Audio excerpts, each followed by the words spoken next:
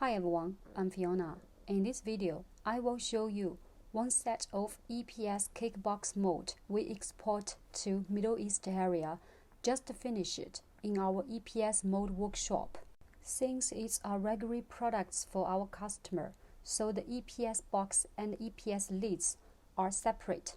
Total is 20 cavities. Each cavity has 2 pieces of filling gun and 2 pieces of ejector. EPS box diameter is 250 mm. This is a height adjustable mold. For one mold, it have total 3 different height.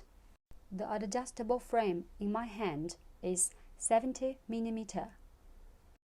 When you need to change the EPS box height, you just install this frame and make sure the screw is tightened.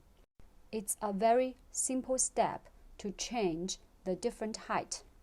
Beside of this round shape EPS cake box mold, we can also make the square shape EPS box mold. The technical points for this mold is the slant angle and cooling in place.